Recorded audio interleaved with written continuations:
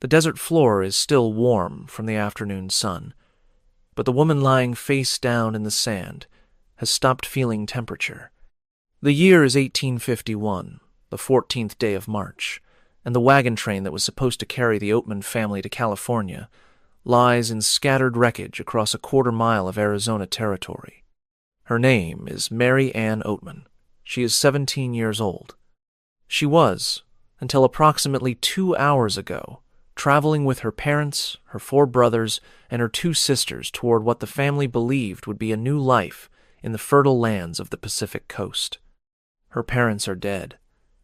She watched her father's skull crushed with a war club while he tried to negotiate for the family's lives. She watched her mother fall beside him, her younger siblings scattered and screaming as warriors moved through the camp with methodical violence. She herself was struck. She can feel the blood matting her hair where the blow landed, but somehow she is still alive, still conscious, still aware of what is happening around her even though she cannot move, cannot speak, cannot do anything except lie in the sand and listen. She can hear the warriors gathering the survivors. She can hear the voices of her sisters, Olive, 15 years old, and Mary Ann, 7, crying somewhere nearby. She can hear her brother Lorenzo groaning from wherever he fell, not dead but wounded badly enough that the warriors have apparently decided he is not worth taking. She can hear the sounds of the family's possessions being sorted, the wagon being stripped of anything useful, the methodical efficiency of people who have done this many times before. She does not yet understand that she will die here, in this sand, from wounds that the warriors have decided are too severe to be worth treating. She does not yet understand that her sisters will be taken, will begin a journey into captivity that will last years, that will transform them into something their family would not recognize, that will end for one of them in death, and for the other in a return to white society so traumatic that she will spend the rest of her life trying to reconcile who she was with, who she became. What Mary Ann Oatman does understand, in her final hours of consciousness, is that everything her family believed about their journey westward was wrong.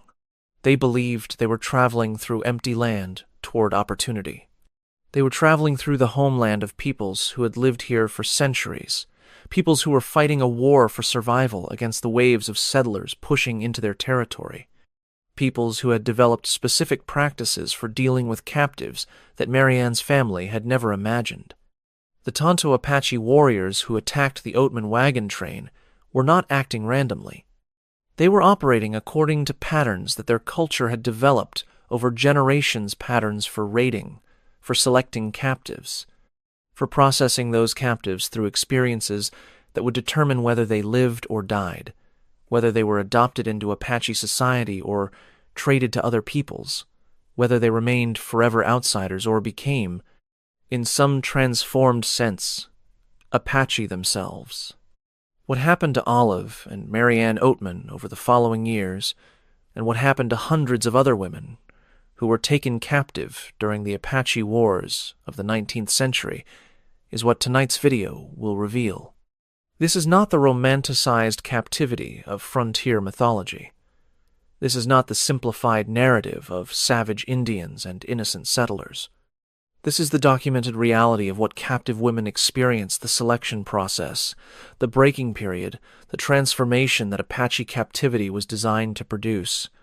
It is brutal, it is systematic, and it is recorded in sources ranging from captivity narratives written by survivors to military reports to anthropological studies of Apache culture conducted before traditional practices were lost.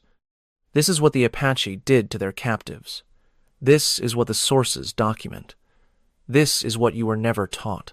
What you are about to learn has been sanitized, romanticized, and distorted in most accounts of the American frontier. You know about the Apache Wars in general terms. You have heard of Geronimo and Cochise, of the military campaigns that eventually confined the Apache peoples to reservations, of the conflict between expanding American settlement and indigenous resistance. You may have encountered captivity narratives in literature classes, presented as a genre of frontier writing without much attention to the actual experiences they describe. But you have never learned what captivity actually involved. You have never heard about the specific stages through which Apache captives were processed, the initial selection that determined who lived and who died, the breaking period that destroyed previous identity, the integration protocols that transformed survivors into functional members of Apache society or prepared them for trade to other peoples. You have never encountered the detailed accounts that survivors left of practices that they struggled to describe in language their audiences could understand. Tonight, you will discover what the historical sources reveal about Apache captivity in the 19th century. You will learn about the cultural logic that governed captive taking, not random cruelty, but structured practice serving specific purposes within Apache society. You will learn about the stages of captivity that survivors describe with remarkable consistency across different times and circumstances. You will learn about the physical and psychological techniques that transformed captives into something other than what they had been. You will learn about Olive Oatman, who was 15 years old when she was captured, and who spent 5 years in captivity before being ransomed back to white society, her face marked with the tattoos that identified her as a captive and that she would carry for the rest of her life. About Sarah Ann Horn, who was captured in Texas and who left one of the most detailed accounts of the early stages of Apache captivity. About Larsena Pennington Page, who was captured in 1860 and whose story reveals the specific practices used to break resistant captives. About the unnamed women documented in military records whose fates can be reconstructed from fragments that soldiers and officials recorded. You will learn these things from primary sources, from the captivity narratives that survivors wrote or dictated, from military and government records, from anthropological studies conducted when Apache elders still remembered traditional practices, from archaeological evidence that confirms what written sources describe. The reality of Apache captivity is documented in sources that have been available to scholars for over a century, but that popular understanding continues to ignore. Subscribe if you want to understand what the American frontier actually looked like for those who experienced it as captives rather than as settlers or soldiers. Comment below telling me where in the world you are watching from. Because Mary Ann Oatman is lying in the Arizona sand, taking her final breaths, and her sisters are being gathered with the other survivors. And I am going to tell you exactly what happened next, what the sources document, what the captives experienced, and what the evidence reveals about practices that shaped the lives of hundreds of women across decades of frontier conflict. But first, I need to explain the cultural context that made Apache captivity different from what most people imagine. The Apache peoples, a term covering multiple distinct groups, including the Chiricahua, Mescalero, Western Apache, Lipan, Jicarilla, and others had practiced captive-taking for centuries before European contact. Captives served multiple functions within Apache society, and understanding these functions is essential for understanding what captives experienced. The first function was demographic replacement. Apache warfare, like warfare among many indigenous peoples, produced casualties that threatened community survival. Captives, particularly women and children who could be integrated into Apache bands, helped offset these losses. A woman who was successfully transformed into an Apache wife and mother contributed to the community's future in ways that simply killing her would not. The second function was labor. Apache economy depended on work that captives could perform, processing hides, gathering food, maintaining camps, caring for children. A captive who proved capable and compliant could become a valuable economic asset, contributing labor that freed Apache women and men for other activities. The third function was trade. Captives were valuable commodities in the extensive trade networks that connected different indigenous peoples across the Southwest. A captive taken by Apache raiders might be traded to Comanche, Navajo, or other peoples, exchanged for horses, weapons, or other goods that the Apache valued. This trade function meant that captives' fates were not always determined by their Apache captors. They might pass through multiple owners and multiple cultures during their captivity. The fourth function was revenge and psychological warfare. Captive-taking terrorized enemy populations in ways that simple killing could not. The knowledge that capture meant not quick death, but prolonged captivity, with all that captivity involved, made frontier settlements fear Apache raids in ways that shaped settlement patterns, military deployments, and political decisions. Captives were weapons of psychological warfare as well as economic assets. The fifth function was ritual and status. The taking of captives demonstrated warrior prowess in ways that enhanced status within Apache society. A warrior who returned from a raid with captives had proven his skill and courage. The treatment of those captives, whether harsh or lenient, reflected the warrior's status and his band's circumstances. These functions shaped every aspect of how captives were treated. The selection process determined which captives served which functions. The breaking process prepared captives for their assigned roles.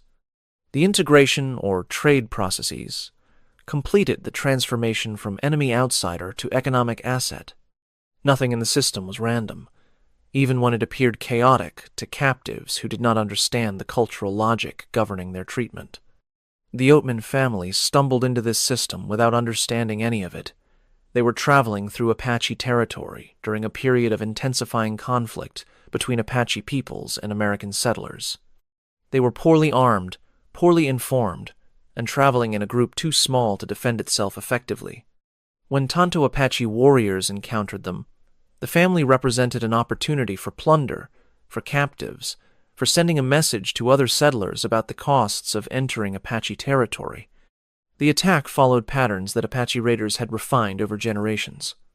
The warriors assessed the target, identified its vulnerabilities, struck with overwhelming force at the optimal moment, and efficiently processed the aftermath, killing those not worth taking, selecting captives based on established criteria, gathering plunder, and withdrawing before any response could be organized. Olive and Mary Ann Oatman were selected because they met the criteria for valuable captives.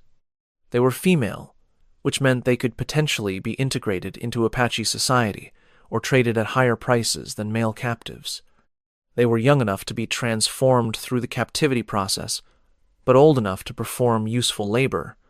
They were healthy enough to survive the journey that would follow. They were valuable. Their parents and brothers were killed because they did not meet these criteria.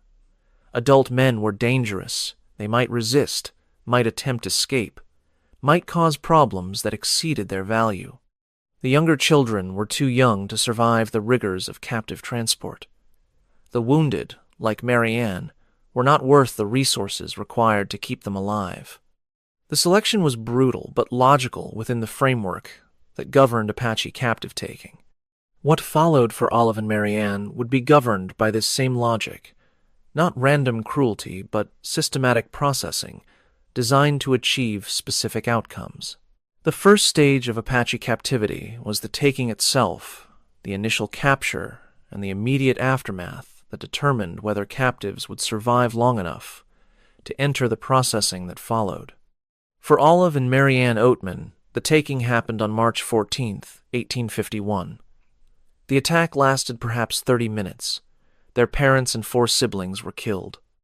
They were seized, bound, and forced to march away from the site before any help could arrive. Not that any help was coming, given the isolation of the attack site. The journey that followed was designed to test captives immediately.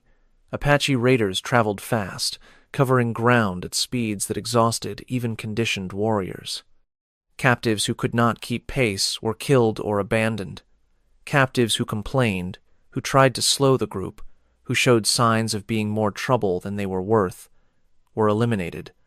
The journey was the first selection filter only captives with the physical capacity and psychological resilience to survive brutal travel conditions would reach the next stage.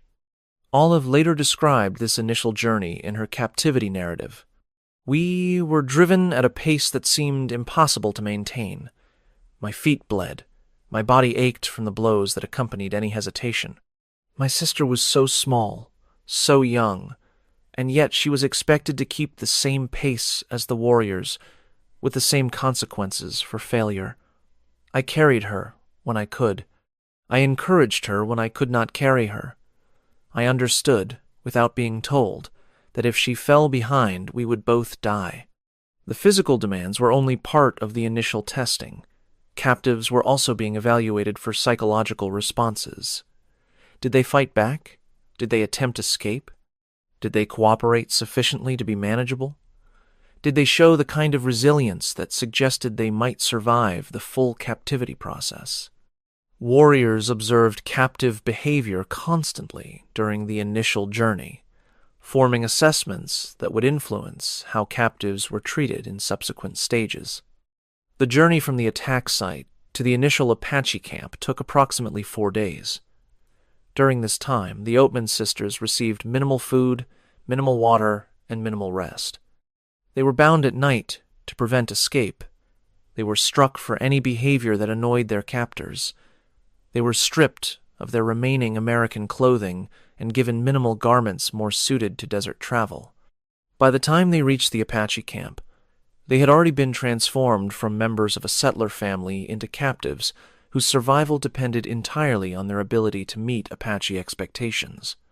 The breaking had already begun. When captives reached Apache camps, they entered an assessment period during which their fate would be determined. This assessment was not a single event, but an ongoing process lasting days or weeks, during which captives were evaluated, assigned preliminary status, and began learning what would be expected of them. For the Oatman sisters, assessment began immediately upon arrival at the Tonto Apache camp. They were presented to the band's leadership, displayed to the community, and subjected to evaluation that combined physical examination with behavioral testing. The physical examination assessed their health, their capacity for labor, their physical characteristics that might affect their value in trade or integration. Olive was 15, approaching the age when she might be considered marriageable. Marianne was 7, young enough that she might be successfully raised as Apache if the band chose to keep her. Both were examined for injuries from the journey, for diseases that might spread to the community, for physical capabilities that would determine what work they could perform. The behavioral testing assessed their psychological state and their likely responses to captivity. Were they docile or resistant? Did they follow commands? Did they show intelligence that might make them useful or dangerous? Did they form bonds with each other or with their captors in ways that might be exploited? Warriors and women alike observed the sisters constantly, forming judgments that would determine their treatment. The assessment period for the Oatman sisters lasted approximately 1 year. During this time, they were kept as slaves in the Tonto Apache camp, performing labor under conditions that the assessment process used to evaluate their capabilities and compliance. Olive described the work expected of captives. "We gathered food, roots, berries, seeds, anything edible that the desert provided. We processed hides, scraping and treating them under the direction of Apache women who showed us nothing but contempt. We hauled water, gathered firewood, maintained the camp in whatever ways we were directed. We worked from first light until darkness, with barely enough food to sustain the labor required of us. The labor itself was testing. Could the captives perform the work required? Could they learn the skills needed? Could they function under conditions of minimal food and maximal demand? Captives who failed these tests, who could not learn, could not work, could not survive, the conditions did not advance to the next stage. They were killed, or allowed to die, or traded at reduced prices to peoples who might find use for less capable slaves. The Oatman sisters passed these tests. They learned, they worked, they survived, and approximately 1 year after their capture, their fate was determined. They were to be traded. The Tonto Apache traded the Oatman sisters to the Mojave people approximately 1 year after the initial capture. This trade was not unusual.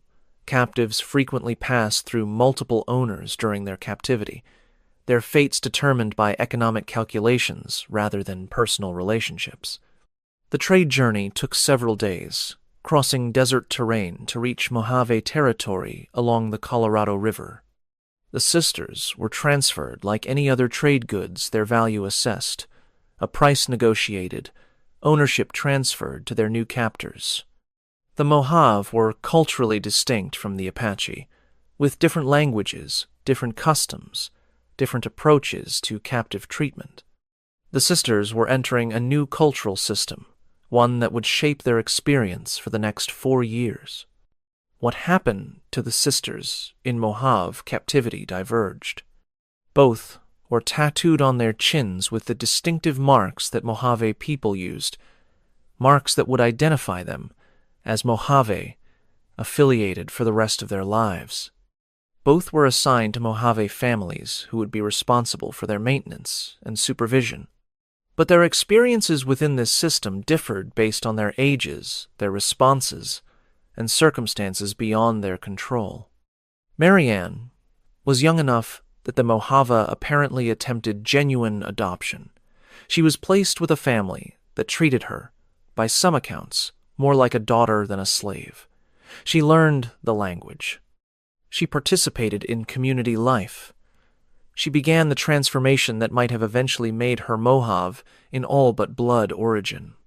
Olive was older, past the age when full adoption was typical, but young enough that she occupied an ambiguous status, not quite slave, not quite family, something in between that the Mojave social system could accommodate, but that Olive herself found disorienting. She described her position. I was told I was a daughter of the chief's family. I was given food when food was available, shelter when shelter was available. But I was also marked as different. The tattoos on my face proclaimed my status as someone who had been taken, who had been transformed, who would never be fully one of them regardless of how long I lived among them. I belonged, and I did not belong. I was family, and I was property. The contradiction never resolved. The 4 years that Olive spent with the Mojave included periods of relative comfort and periods of severe hardship. When food was plentiful, captives ate. When famine struck, as it did in 1855, killing many Mojave, including Marianne captives, suffered disproportionately. Marianne died during this famine, at approximately 11 years of age, her body unable to survive the deprivation that the community experienced. Olive survived. She survived because she was older, stronger, more capable of enduring deprivation. She survived because she had learned to navigate Mojave society well enough to access whatever resources were available. She survived because the randomness of famine took her sister instead of her. By the time American authorities learned of her existence and negotiated her release in 1856, Olive had spent 5 years in captivity. She was 20 years old. She had been transformed in ways that neither she nor her rescuers fully understood. Let me now describe in detail what the sources reveal about the breaking process that Apache and related peoples used on captives, the systematic techniques designed to destroy previous identity and create compliance. The process began immediately upon capture and continued through the entire period of captivity, though it was most intensive during the first weeks and months. The techniques used were consistent across different Apache groups and across different time periods, suggesting established practices transmitted across generations. The first technique was physical exhaustion. Captives were worked to the limits of their endurance, given minimal food and water, denied adequate rest. This exhaustion served multiple purposes. It prevented escape attempts, it reduced psychological resistance, and it began teaching captives that their survival depended on meeting their captors' demands. Sarah Ann Horn, captured in Texas in 1836, described the exhaustion. They kept us moving constantly. When we stopped, we worked. When we worked, we were watched. When we rested, we were bound. There was never a moment when we could gather our thoughts, plan our escape, consider our situation clearly. We were too tired to think. We were too hungry to plan. We existed from moment to moment, focused only on surviving until the next moment. The second technique was isolation. Captives were separated from each other when possible, prevented from communicating in their native languages, cut off from any source of support or validation for their previous identities. This isolation created psychological dependency on captors. The only humans available for interaction were the people who had taken them. The third technique was identity destruction. Captives' names were replaced. Their clothing was replaced. Their hair was often cut or styled according to Apache customs. Every visible marker of their previous identity was removed and replaced with markers indicating their new status. They were forbidden to speak their native languages. They were punished for any behavior that indicated they still considered themselves members of their original culture. Larsena Pennington Page, captured in 1860, described the identity destruction. They took my name first. I was not Larsena anymore. I was a word in their language that meant the white woman, or sometimes the slave. When I used my own name, when I spoke English, when I tried to pray in the ways my mother taught me, I was beaten. I learned to answer to what they called me. I learned to speak their words. I learned to keep my prayers silent, inside my head where they could not hear them. The fourth technique was violence calibrated to produce compliance without permanent damage. Captives were beaten for resistance, for slow compliance, for any behavior that displeased their captors. But the violence was typically calculated severe enough to cause pain and fear, not severe enough to kill or permanently disable a valuable captive. The goal was submission, not destruction. The fifth technique was intermittent kindness. Captors who had been brutal might suddenly show kindness, offering food, reducing workload, treating the captive almost gently. This unpredictability prevented captives from developing stable coping strategies, kept them focused on reading their captors' moods rather than on their own internal states, and created psychological bonds that made resistance more difficult. Modern psychologists recognize these techniques as methods that produce what is now called traumatic bonding, the psychological attachment that develops between captives and captors under conditions of fear, isolation, and intermittent kindness. The Apache did not know the neurological mechanisms involved, but they understood empirically that these methods worked. The breaking process was not uniform across all captives. Children, particularly young children, were often treated more gently. The goal was adoption and integration rather than breaking. Women of marriageable age received treatment calibrated to their expected role as wives. Older captives, whose integration was less likely, might receive harsher treatment appropriate to their status as permanent slaves. But across all variations, the fundamental purpose was the same: to destroy the captive's previous identity and create someone capable of functioning within Apache society in whatever role had been assigned.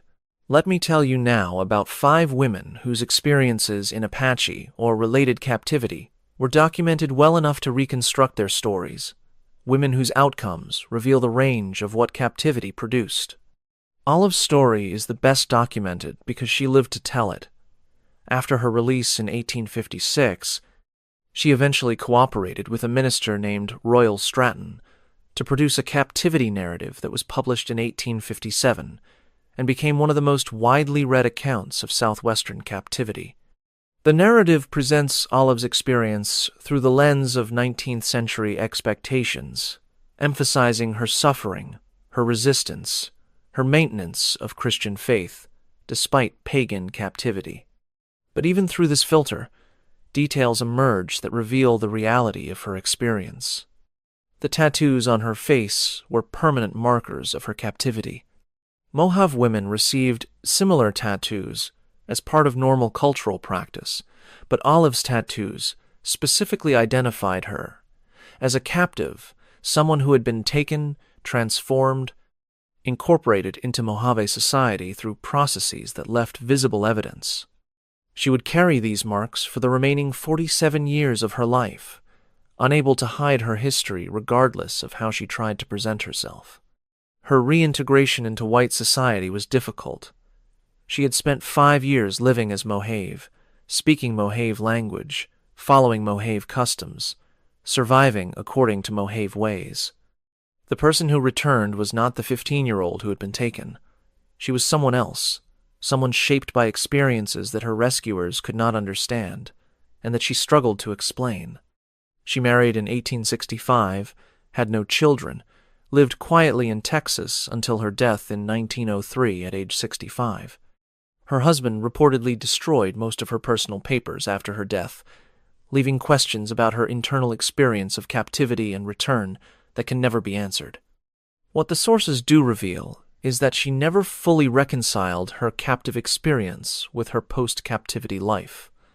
She gave lectures about her experience for several years, but eventually withdrew from public speaking.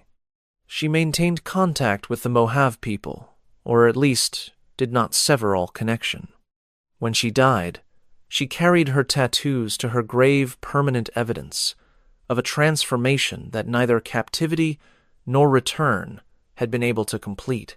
Sarah Ann Horn was captured in Texas in 1836 during a Comanche raid that killed her husband and several children. She spent approximately 2 years in captivity before being ransomed, and she later dictated a narrative of her experiences that provides some of the most detailed description of the early stages of southwestern captivity. Her narrative emphasizes the initial shock of capture and the physical brutality of the early period. I was seized while trying to reach my children. I saw my husband killed before my eyes. I saw my older children scattered. I did not know then, and would not know for years, which of them lived and which died. I was bound, thrown across a horse, and carried away from everything I had known with a speed that made thought impossible. The breaking process she describes is consistent with other accounts. She was worked to exhaustion, denied adequate food and water, beaten for any resistance, isolated from other captives when possible. She describes the psychological impact in terms that suggest the dissociation that modern trauma researchers recognize. There came a point when I no longer felt that the body being beaten was mine. I watched from somewhere outside myself as they struck me. I watched as my hands performed the tasks they demanded. I was present, and I was absent at the same time. I think this separation is what allowed me to survive. I could endure what was happening to the body, because I was no longer entirely in it. Sarah Ann was eventually ransomed. Her family raised money to purchase her release, a common outcome for captives whose relatives had resources and knew where to direct them. She returned to Texas, remarried, had additional children, and lived until 1891. But her narrative indicates that return did not end the effects of captivity.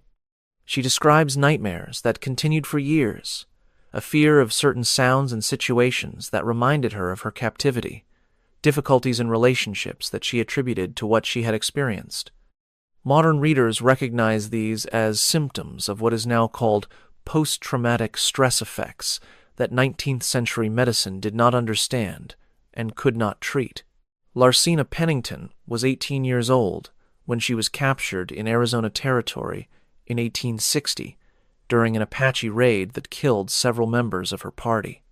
Her experience was relatively brief. She was held for approximately 1 month before being recovered by military forces pursuing the raiding party, but her account provides detailed description of the intensive breaking that occurred during the early period of captivity. She describes being stripped immediately after capture. They took everything, my clothing, my shoes, my belongings. I was left with nothing from my previous life, nothing that connected me to who I had been. They gave me a rough garment that barely covered me and moccasins that did not fit. I was no longer the person who had worn those clothes. I was becoming someone else, someone they were making. The month she spent in captivity included intensive labor, physical punishment, and the beginning of the identity destruction process. She was given an Apache name, forbidden to speak English, required to perform tasks that demonstrated her submission to Apache authority. What makes Larsena's account distinctive is her description of resistance and its consequences. I refused, at first. I would not answer to the name they gave me. I spoke English when I could. I prayed aloud in defiance of their commands. Each refusal brought punishment beating, deprivation of food, isolation in conditions that I thought would kill me. I learned that my resistance changed nothing except the degree of my suffering. The tasks still had to be performed. The transformation was still happening. I was simply making it more painful for myself. By the time military forces recovered her, she had been significantly affected by even 1 month of captivity. She returned to white society, married John Page in 1863, and lived until 1913. But her accounts of captivity, recorded in various forms over her long life, indicate that the experience marked her permanently. Francesca Johnson was a Mexican woman captured by Lipan Apache in approximately 1843. Her case is documented in military records and government correspondence rather than in a formal captivity narrative, providing a different type of evidence about captivity experience. She was approximately 22 years old when captured, the wife of a rancher whose property was raided during the endemic violence of the Texas-Mexico borderlands. Unlike some captives, she was not ransomed or rescued. She spent approximately 11 years in captivity before being recovered during a military campaign against Lipan bands in 1854. The military records describe her condition at recovery in terms that suggest the comprehensive nature of her transformation. The woman calling herself Francesca Johnson was recovered among the Lipan camps. She speaks Apache fluently and Spanish with difficulty, apparently having lost facility with her native language during her years of captivity. She shows reluctance to leave the Apache band and had to be restrained during removal. She claims to have children among the Lipan whom she was unwilling to abandon. Her mental condition is assessed as confused, her attachment to her captors apparently genuine despite the conditions of her captivity. This description reveals something that many captivity accounts minimize: the genuine transformation that long-term captivity could produce. Francesca had spent 11 years among the Lipan. She had borne children with Lipan men, children who were, in her experience, her family. She had formed relationships, learned skills, built a life within the constraints of captivity.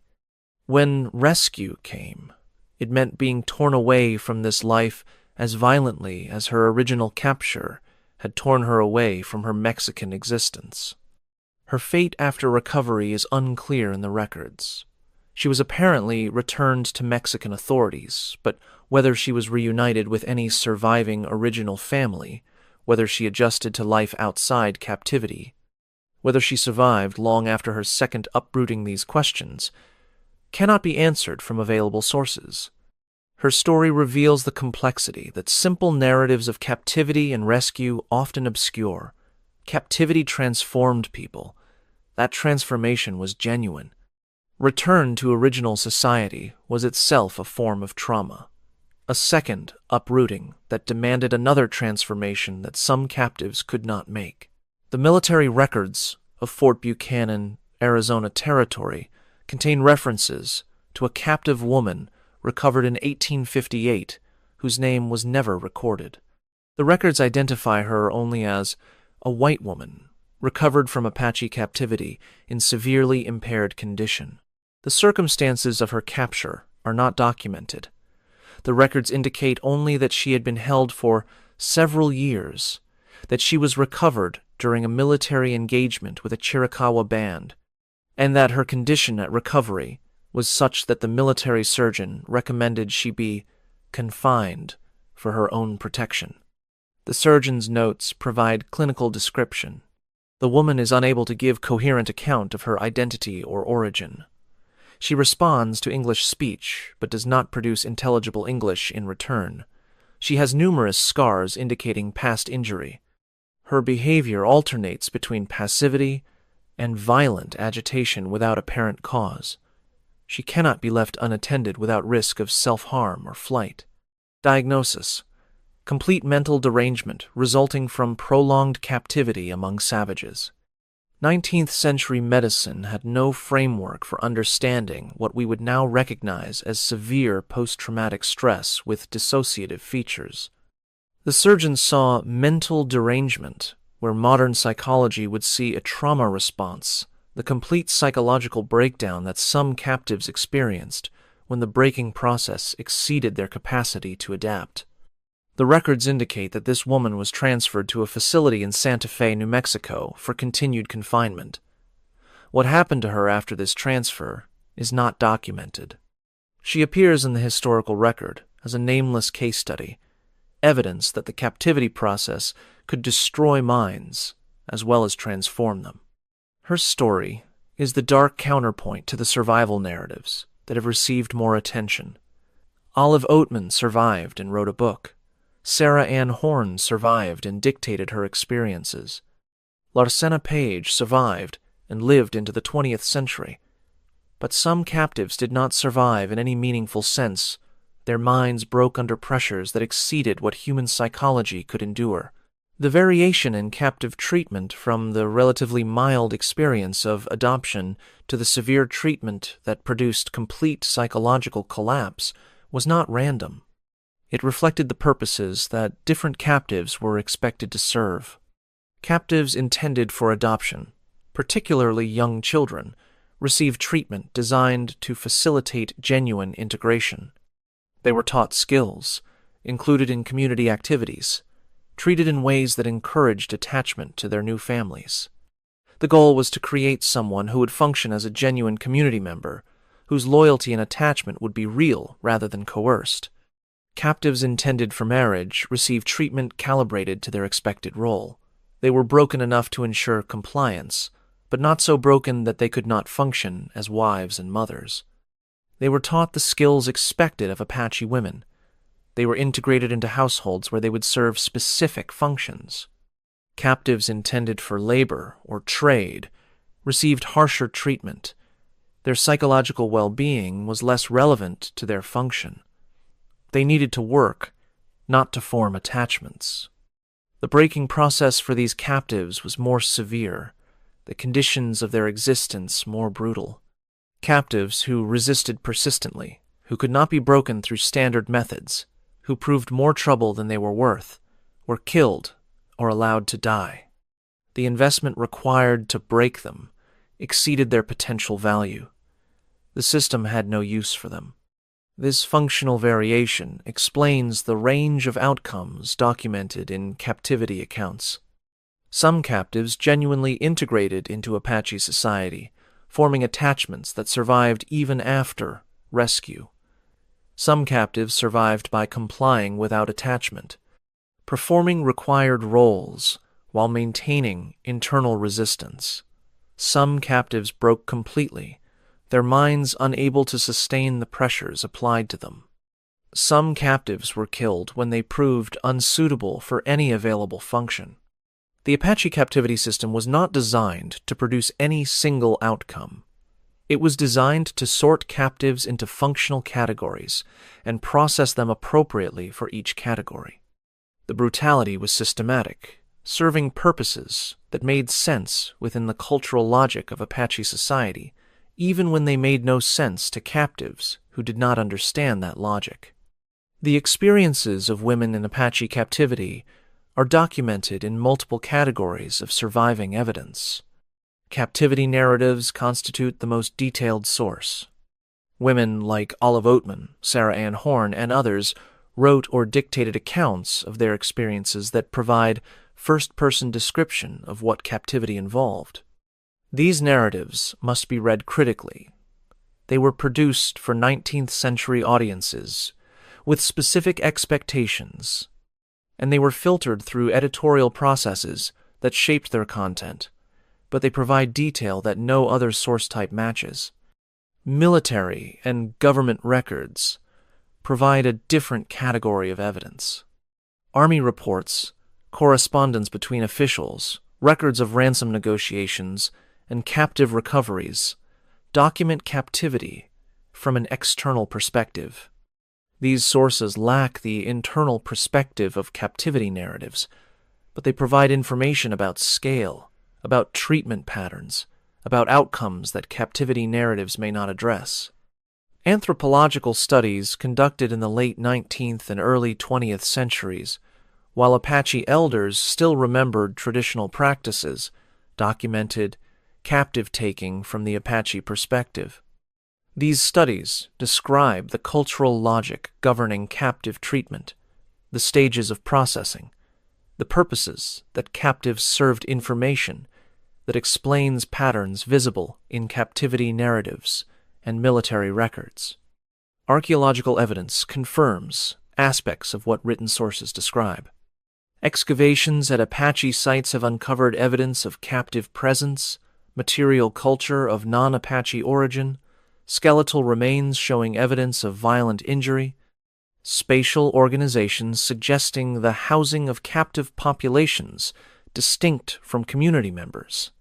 Physical evidence on survivors' bodies documented what written sources describe.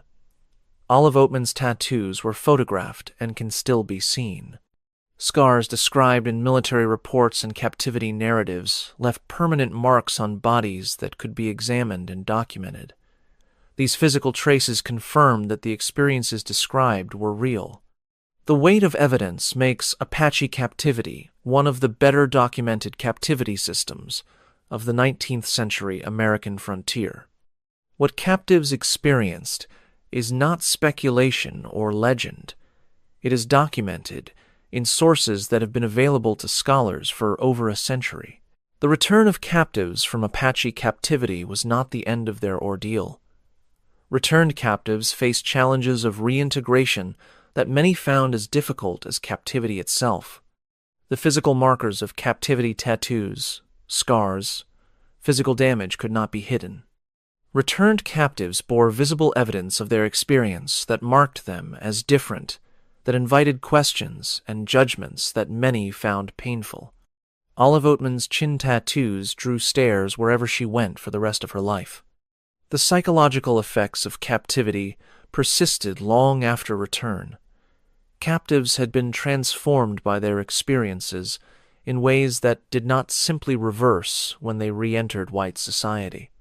They had learned to function within Apache cultural frameworks, had developed relationships and attachments within that framework, had become someone other than who they had been.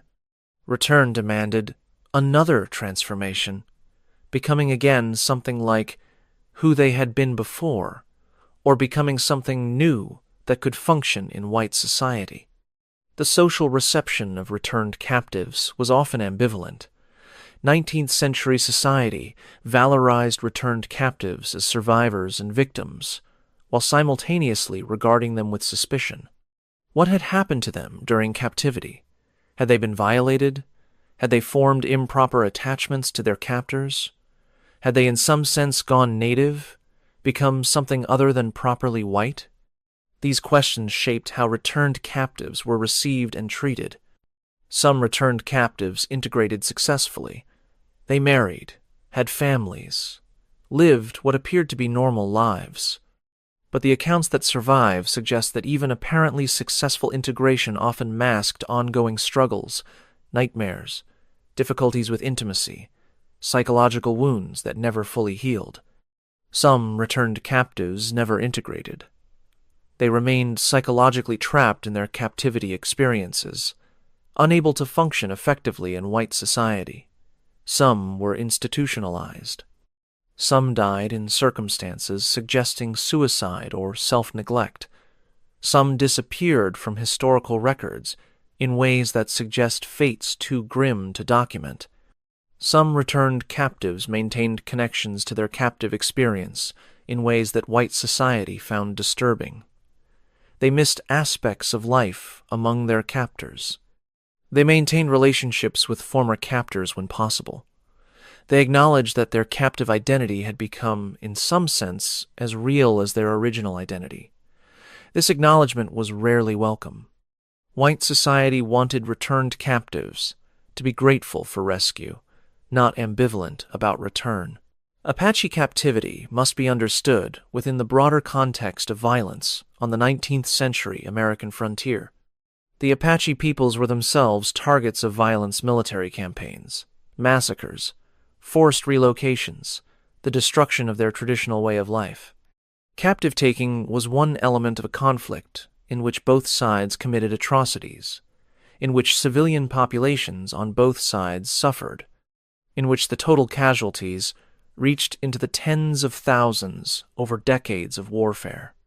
American and Mexican responses to Apache raids included practices as brutal as anything the Apache did.